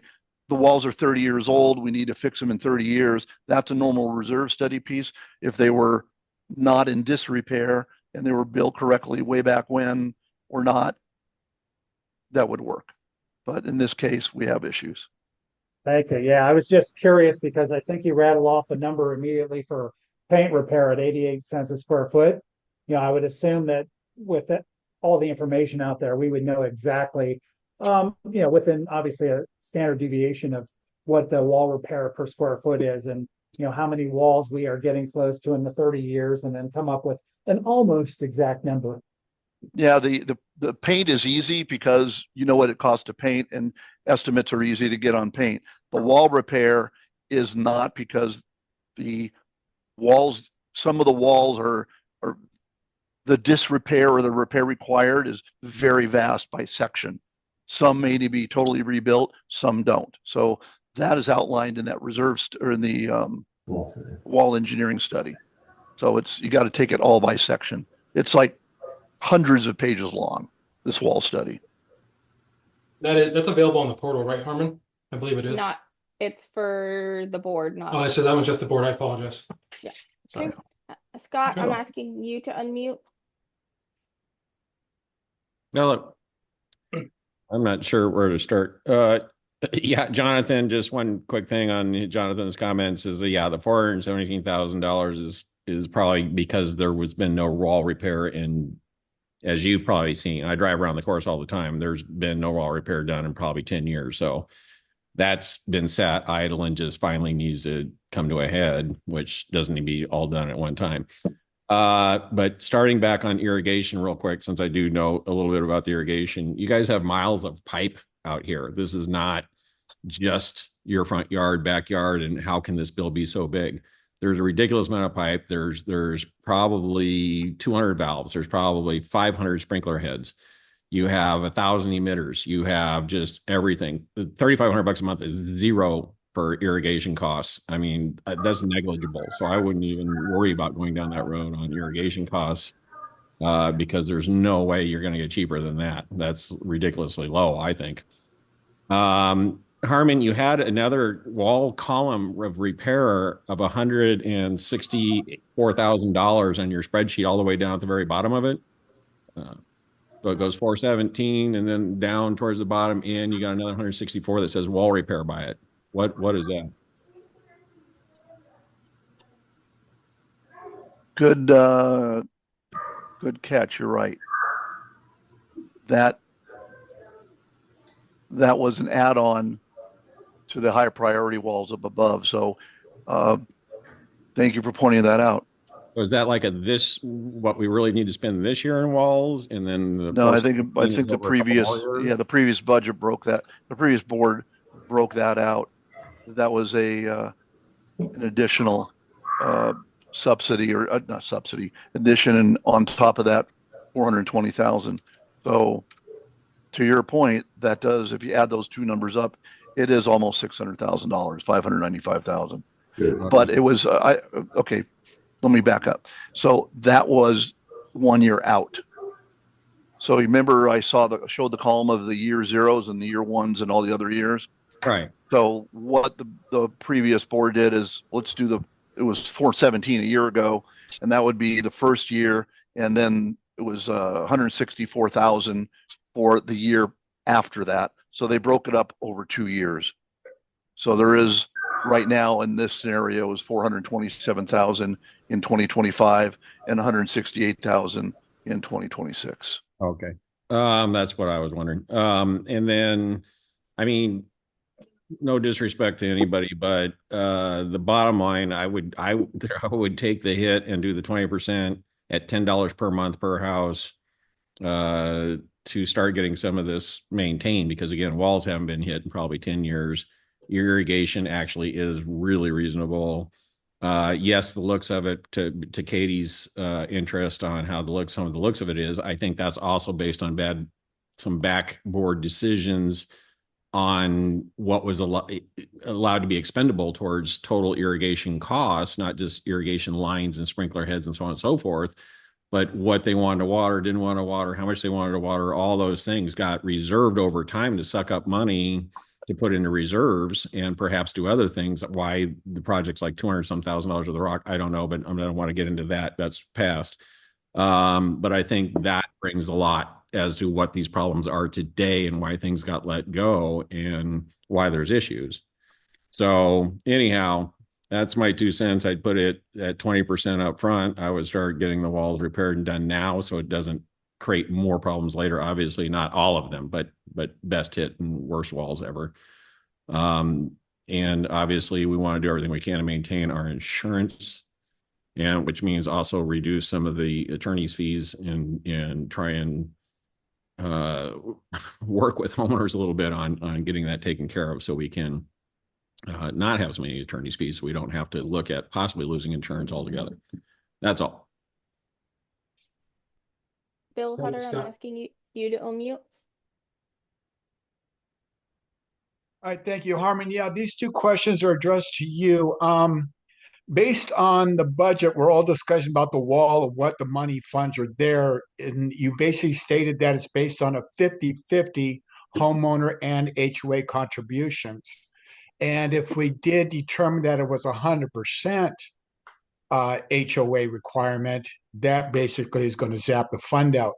But the question I have is, have we ever looked at the other expenses that we're barely touching, that we could take some of those funds and move them up to the wall maintenance? Example? Well, I wasn't looking. I was just saying is that because being the accountant, the CPA, is that you're looking at ways of possibility of helping the HOA out. Is that, well, let's take a look at all our expenditures and see which ones that we don't have to do a 2% or 3% increase. We can look at a 1% increase to offset. So not every single expenditure is going to be at a 1, 2, or 3 across the board. You're looking at the history of these account expenditures to see where we're barely spending any money on it, and it's increasing that budget.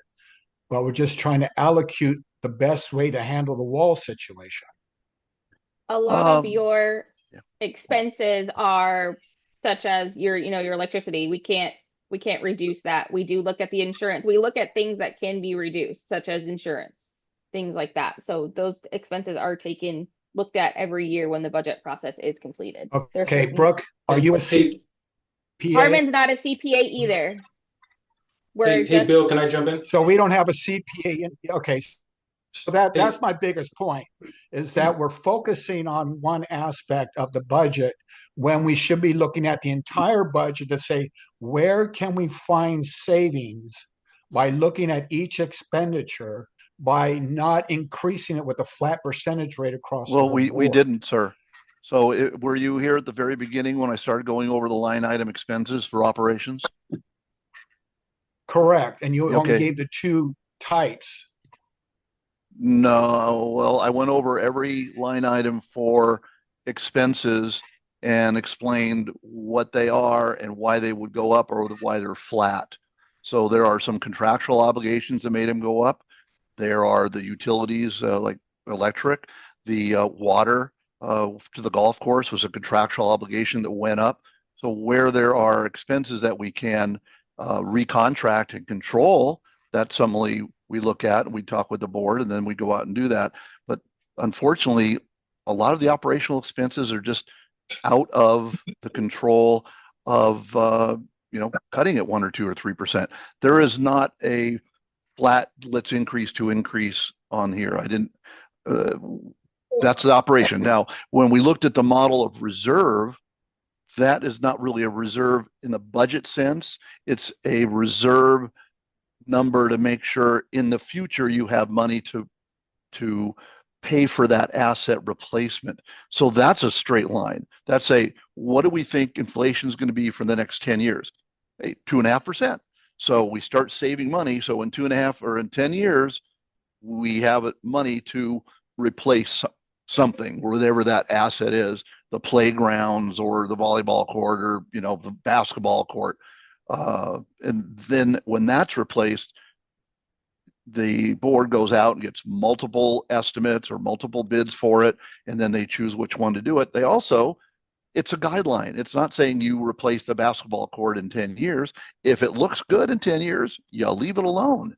It's not a fait accompli.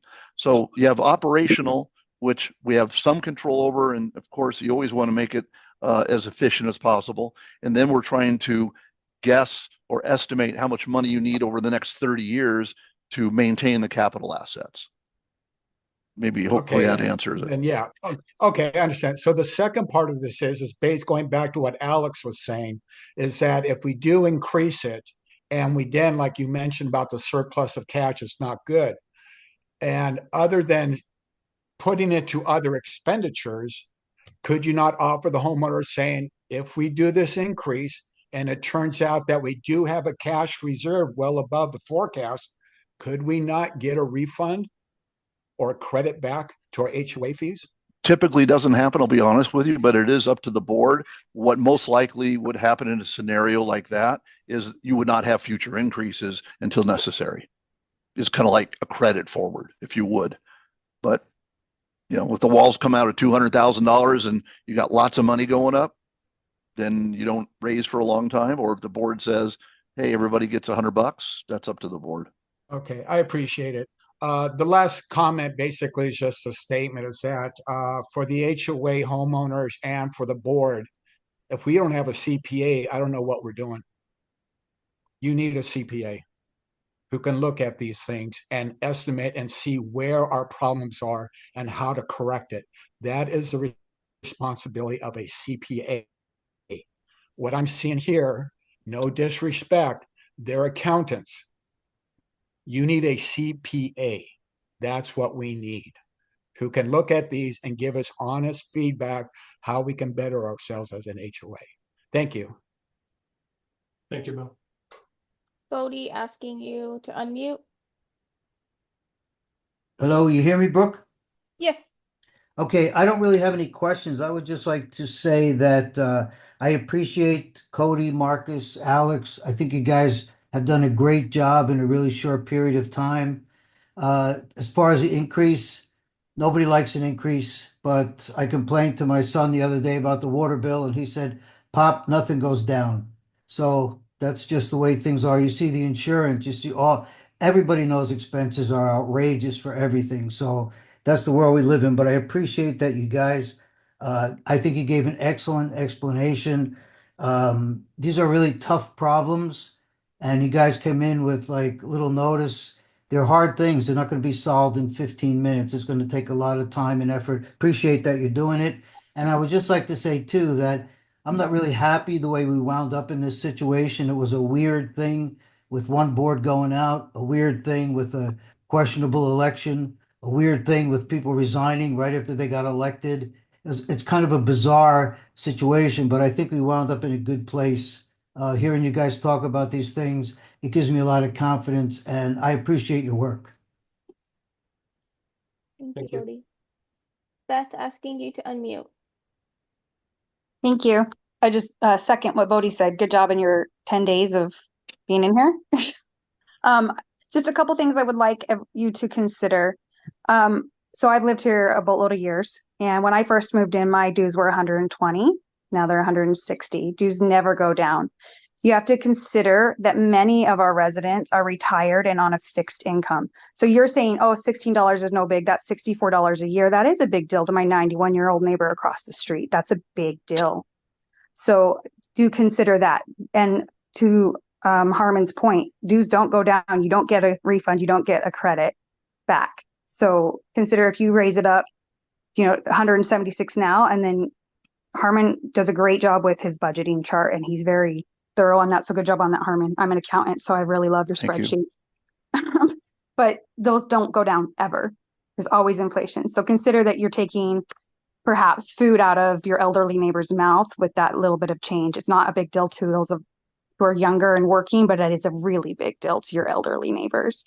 And then just good job. It's been encouraging to hear you guys ask the questions, and I hope that you get more time to tackle these projects, and good job. With no other hands raised, I will call. Can you see Oh. my hand raised? No, Art, but I see you talking, so go for it. Okay. Hey, first of all, I'm using a phone, so you can't see me. Hopefully you can hear me. I'd like to thank Scott. That was an excellent explanation of commercial landscaping and maintenance of our and his and our shared irrigation systems. Thank you, Scott.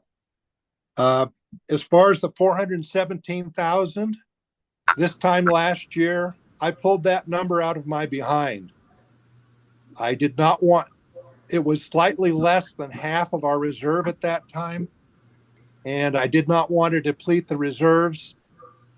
The idea of that 417,000 was to start on Knox Road on the north side and replace those walls. And with what was left over, replace some or all of the walls in the northwest corner of the subdivision along the canal. But like has been said, we had no numbers to back that up. It's just we did not want to allocate the entire reserve for a project this year. And we go down to the item for gravel. The item for gravel is for the north side of Knox Road, because when we did the gravel project 2 years ago, we did not put gravel there in anticipation of doing the wall project. So that is a number with a bid to replace the gravel on the north side of Knox after we did the wall. And I'm sure there's other things. It's just a problem when you turn the board over, you lose an awful lot of organizational memory. So if anybody's got questions, you can contact me. That's fine. But thank you for my minute. Yep, thank you, Art. Thanks, Art. No other hand raised. I will call to a vote for a 10% increase to 176. All in favor? Aye. Oh, Alex, you're muted. I'm asking you to unmute. Aye. Okay, thank you. Motion carries unanimously. Okay, let me go back to sharing my screen. Okay, all right, moving on. We have the in-person meetings versus Zoom. We did go ahead and send out a survey to the community, and I do have the survey results as of 5 p.m. this evening. Out of 786 ballots that were sent out, we received 108. We have 42 votes for teleconference, Zoom, 43 votes for in-person, and 23 for no preference. It was a lot tighter than I expected. Holy cow. Well, anyone who's on the call who did participate in that survey, really appreciate it. I know it was over the weekend, but thank you to those of you who did do that. It helps give us that feedback. It's really helpful. Sorry, Brooke, could I just get that screen one more time? I just wanted to capture it. Yeah. Thank you. Sorry. Yep. Yeah. Got I it. can send it to you too. Thank you. Okay.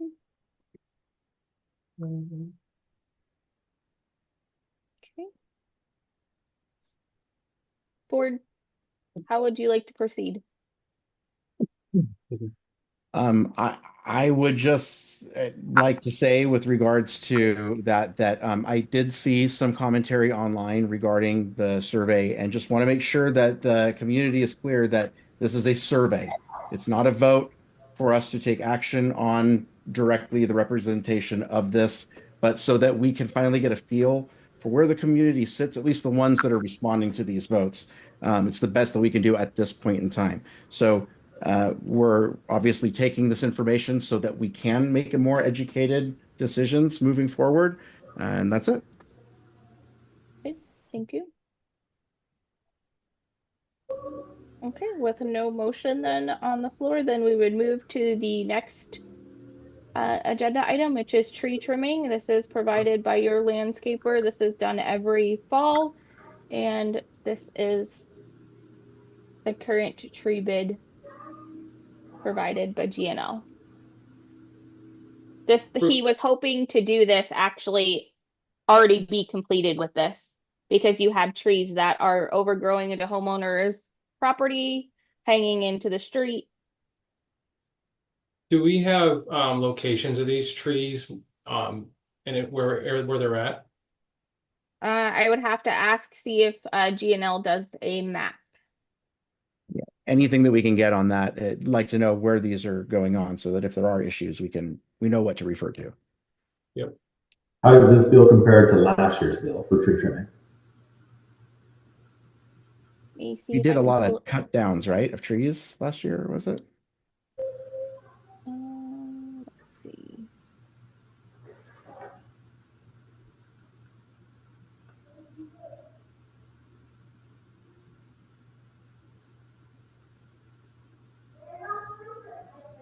$93 trees. Wow. I don't see we did any billing for removal for pruning last year.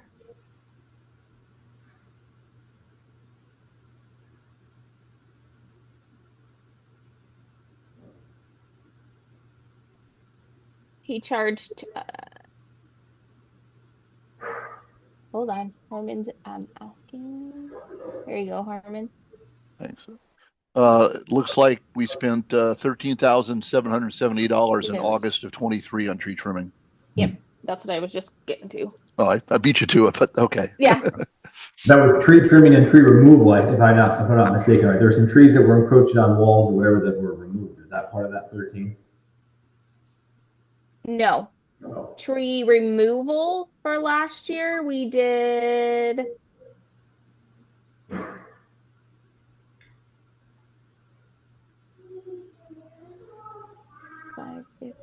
$750, $600. I'm actually looking at the invoice of that 1,900. Yeah, on that invoice of the 13,770, Brooke, Mm-hmm. there was a jacaranda tree on Reseda that was removed, and removed 2 trees along the canal encroaching on homeowner property. So on that invoice, there were 3 trees removed for a total of $1,050. Okay, so it must have been the year prior that we had all the. I do believe that was a big project Yeah. year prior, correct? Okay. Yeah, I think it was 2 years ago. Yeah. So in 23, you have $17,845 in removals.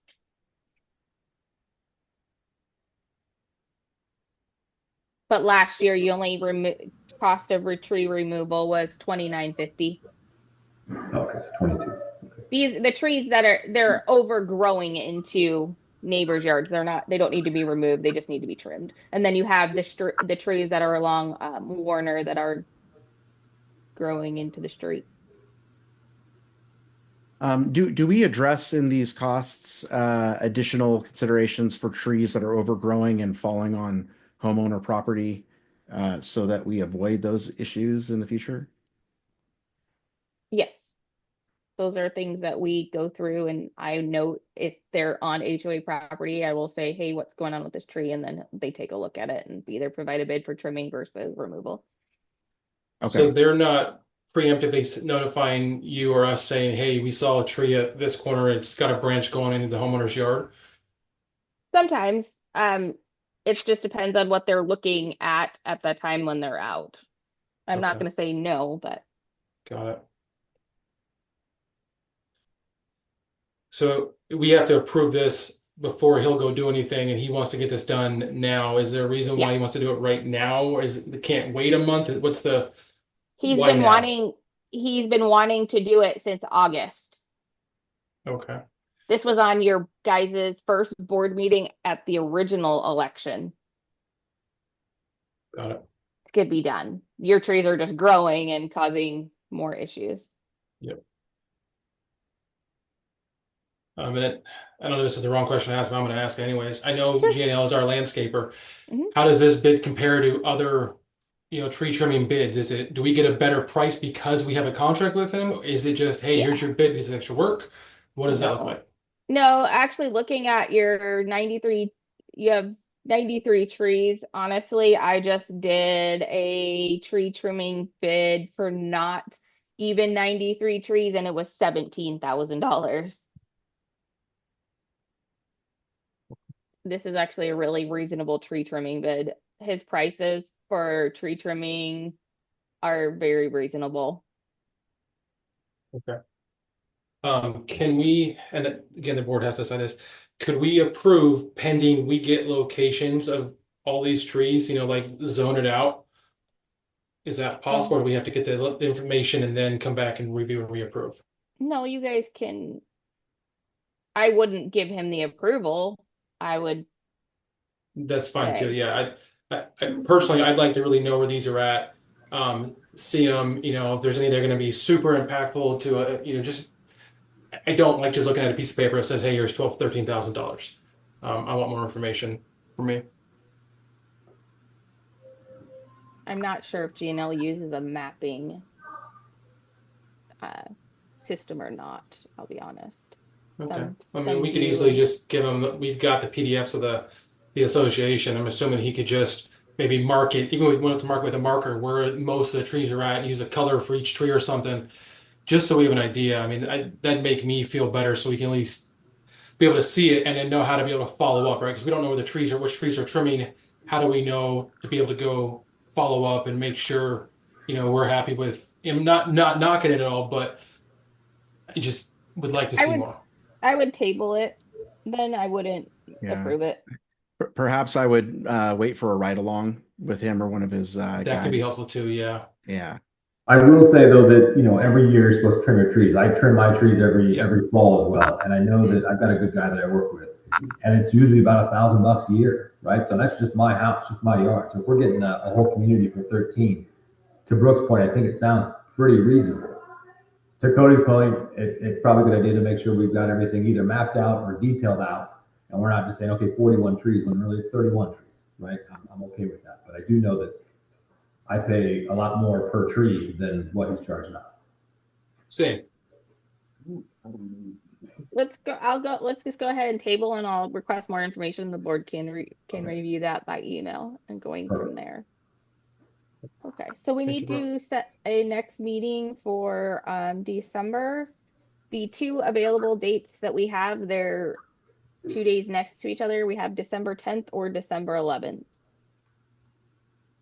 Now on that, did we communicate to the homeowners that we were moving to a month-to-month meeting? Is that something that we should make sure that they're aware of, for those that are listening, and just let them know?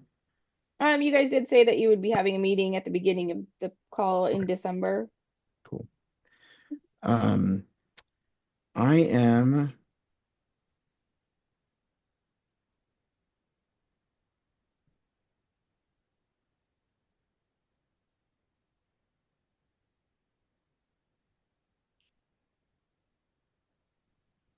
I'm open. Okay. Yeah, I'm good either way. December 11th would work better for me. Okay.